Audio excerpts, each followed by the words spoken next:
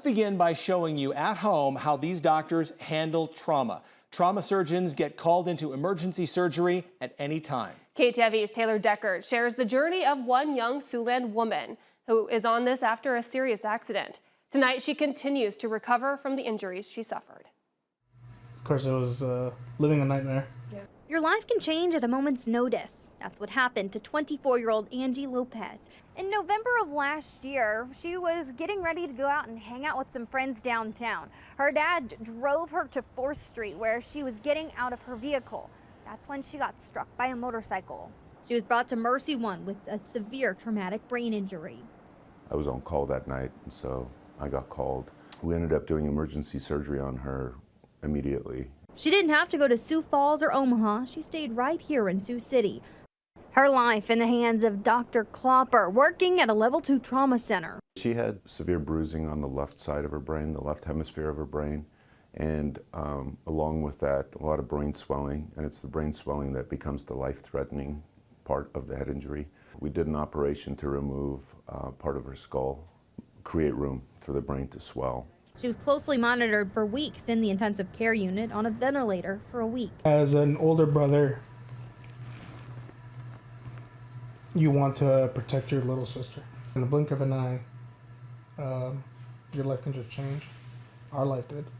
Family was by her every step of the way during her 7-week-long hospital stay. Those first few days, just really managing and monitoring her brain swelling. And she's also being seen and evaluated by the intensivist team, the intensive care doctors at Mercy One, and the trauma surgeons. Angie has spent countless hours in the clinics working to get back to her normal self. A big part of her recovery? Mojo, baby. Mojo, the dog. Oh, I wasn't better, but I was down, and he came to see me. They let him in to come see her. She was tracking with her eyes. She wasn't moving a whole lot. He came in and she pet him. And it seems like ever since then, it was just kind of, she took off from there. A big support system is also a part of recovery. For Angie, that included family, like her brother and sister-in-law. She's still here with us. So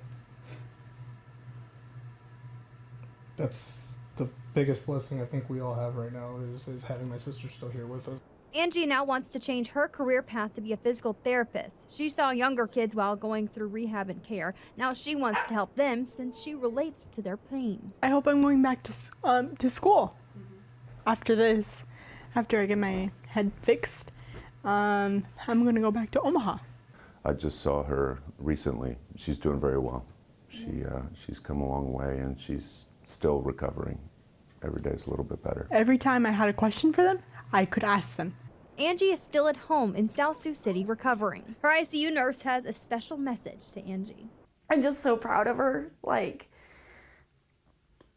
I really didn't think she was gonna make it, and the fact that she did, I just can't explain how excited I am, like, that she's here. And it's just, even to somebody that we don't even know each other, but just taking care of her was such an honor, and with her family and stuff like that. And I'm just so excited that she's here where she is now. Come here, baby. In Sioux City, Taylor Deckard, KTIV News 4.